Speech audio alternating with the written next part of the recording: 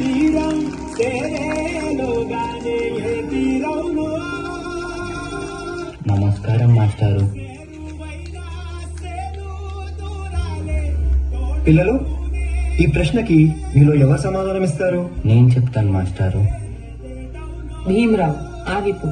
నువ్వు ఆ బల్లాన్ని తాకితే దాని వెనకాల ఉన్న మా భోజనం మైలైపోతుంది.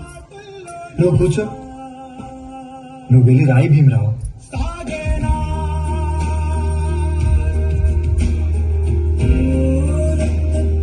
జీవితంలో నువ్వు చాలా గొప్పవాడి అవుతావు భీమరావు.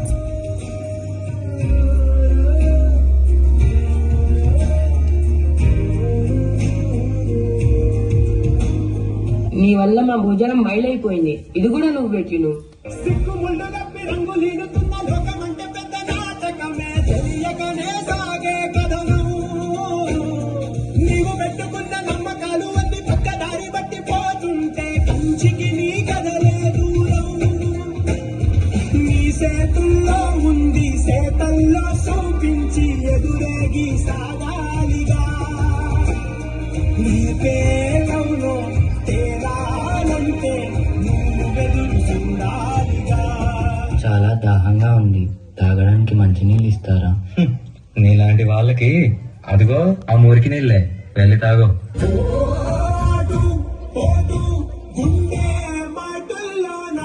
మనుషుల్ని మనుషుల్లా చూడండి, పశుల్లా కాదు.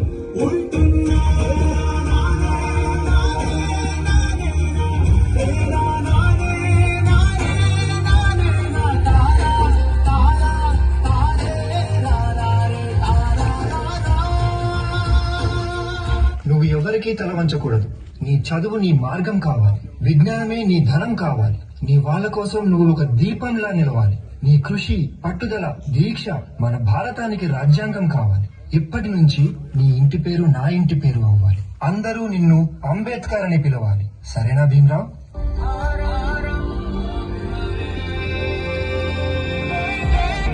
ఎంతమంది తనని తక్కువగా చూసినా చదివే లోకంగా మార్చుకుని మెట్రిక్ సాధించాడు. అదే సమయంలో పెద్దలు తన పెళ్లి కూడా చేశారు. సాయాజీరావు గాయక్వాడ్ అనే మహారాజు సాయంతో విదేశాల్లో చదువు పూర్తి చేసి ఎన్నో గణితలు సాధించి తిరిగి వస్తారు.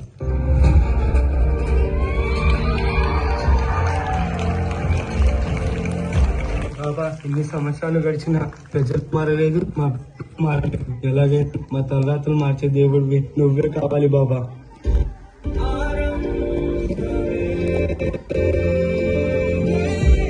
మా ప్రజల కోసం ఎంత కష్టమైనా పోరాడతాను.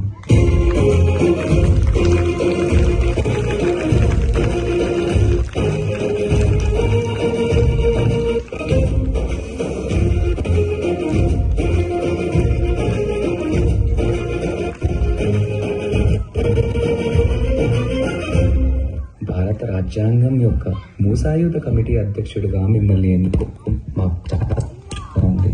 ఇన్నేళ్లకి నా ప్రజలకి, నా దేశానికి సేవ చేసే సమయం వచ్చింది. భారత రాజ్యాంగాన్ని నిర్మించే అవకాశం నాకు దక్కింది. దీనికోసం నా ప్రాణాలకైనా సిద్ధంగా ఉన్నాను.